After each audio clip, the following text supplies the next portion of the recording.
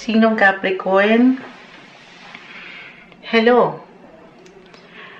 Hi Capricorn, second half of 2025. Ito na po ang inyong reading. Kuha tayo ng ilang guidance, advice, messages na marahil ay kailangan yung marinig. Ngayon, anong parating sa inyo sa mga susunod na buwang ito ng taong 2025? Anong blessing? Ayan, ngayon palang claim na natin yan. Anong blessings ang parating? Anong ganap? May isang gabay po para sa mga Capricorn ngayon. Guidance for you, Capricorn. Message. Anong kailangan yung marinig? May umaangat dito, hindi natin pipigilan. Go for it. Go for it. Gawin mo na. Ayan. Ano pa man yan? Go. Ayan. Pakita natin sa live. Hindi kailangan yung energy ni Aries, pero si Aries kasi on fire.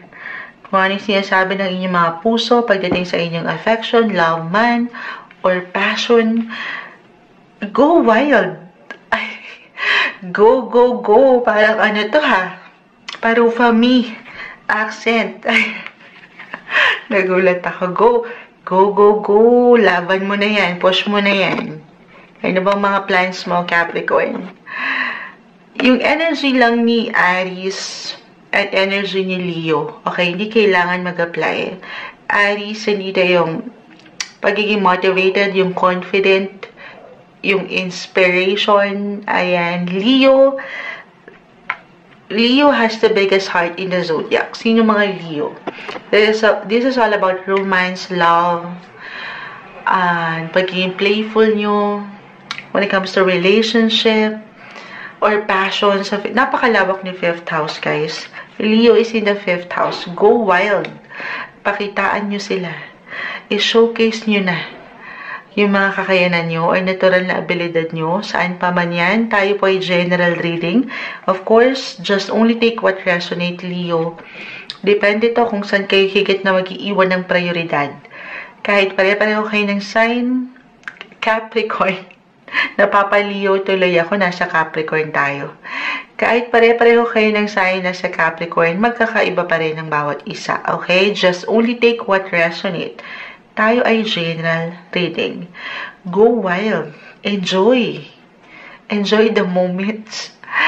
Be playful. Maging bukas sa ilang possibility. Go for it. Para sa ilan marahil na humihingi ng signs, tutuloy ko ba ito, Moonchild? Or, wag na lang, go wild. Why not? Actually, yung energy ni Leo kasi is all about fun, enjoyment. Ayan. Magsaya rin pag may time. O, di ba dyan pa lang, ang dami na sinasabi ni Moonchild. Tingnan natin. Ano kailangan yung marinig? Guidance po para sa mga Capricorn, second half of 2025 message. Anong kailangan yung marinig ngayon? Mensaheng gabay para sa mga Capricorn. Guidance po para sa mga taong ito. May umaangat na at pa tayo. Message po para sa mga taong ito. Okay. Parang nakuha ko na yung kung bakit gano'n ang bumagsak. Okay. At pa tayo pa isa-isa yung bumabagsak. Capricorn, tayo live na live sa TikTok. Mamaya po babalikan ko kayo if ever meron pong magtanong.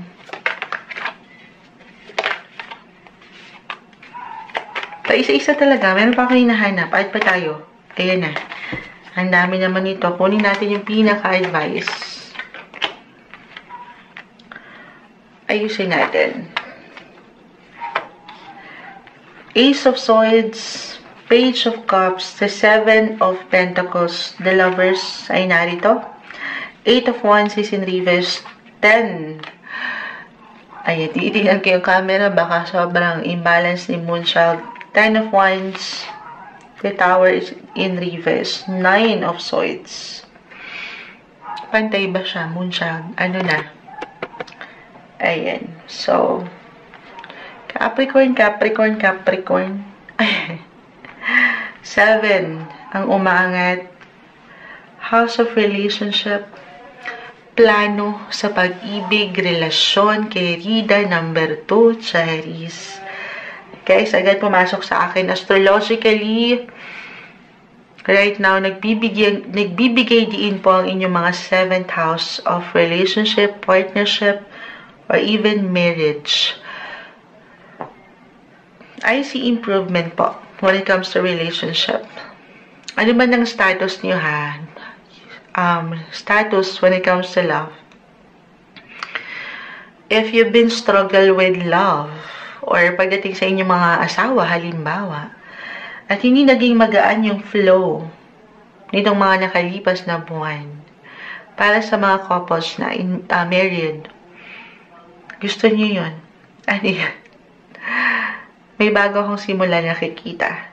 At dito, higit na maring maging malalim ang inyong pagsasama. Okay? May pagka-success. Sumakses na eh. Capricorn. Gusto niyo ba yun? Lalo pa kung nakaramdam kayo ng ilang pagka-delays, pagkabagal, nagkaroon ng ilang glitch. Hindi naman perfect. Walang perfect na pagsasama. Okay, ito pwede po mag-apply din when it comes to your business. Kung meron kayong matatawag na partnership in business, partner in crime, partner in life, ayan, I see improvement or even development po. Okay, parang maybe, why not? A reminder, go for it. One more chance. Wow, parang movie yun ah. One more time. The lovers is here. Andito pa yung love eh. Okay?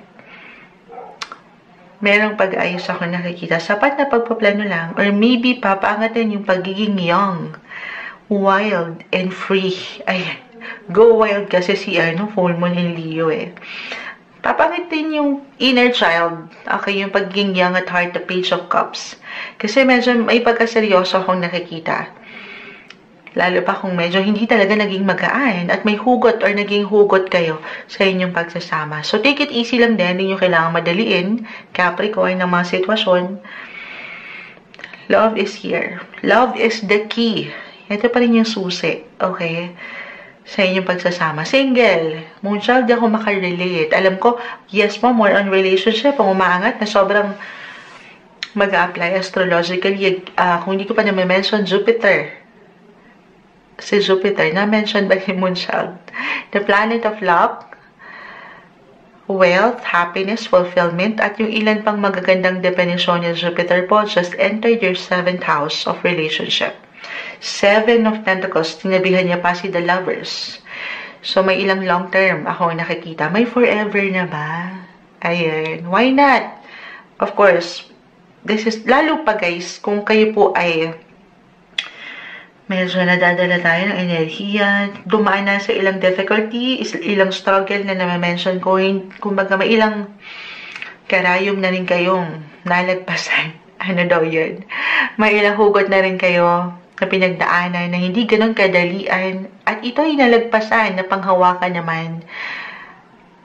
Ayan, lalo kayong pagtitibayan ng universe, lalo kayong, ayun, lalong lalalim ang connection. For some of you, couples again, babalikan ko kayo single ha, syempre naman. Couples in a relationship at ayan, nakaramdam na ng hindi, ayan, the 10 of Wands po kasi, hindi madali. But this time, maaring ready na kayo to love and be loved, mas balance. Hindi po imposible. It could be a surprise, sudden, unexpected, the tower is here. Reversal po ang energy. Pwede itong higit na mag-apply sa'yo or sa iyong partner. Meron pong proposal. Love or marriage proposal. Napapangiti ang Moonchild. Why not?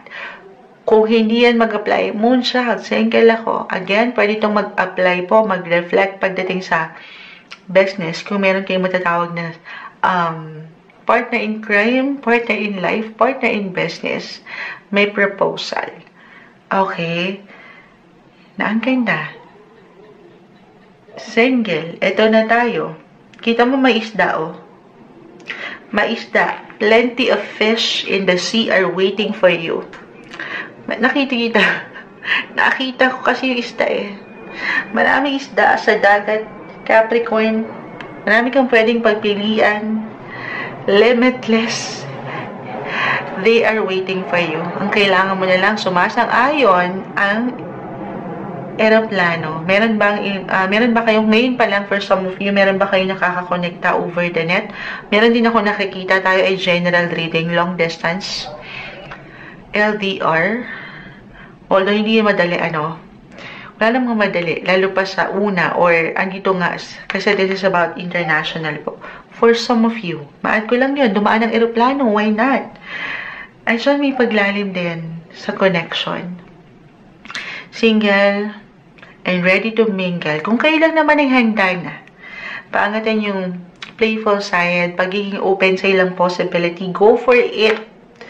Go wild. Ay, di kailangan yung pinaka-advice ng baraha, ha?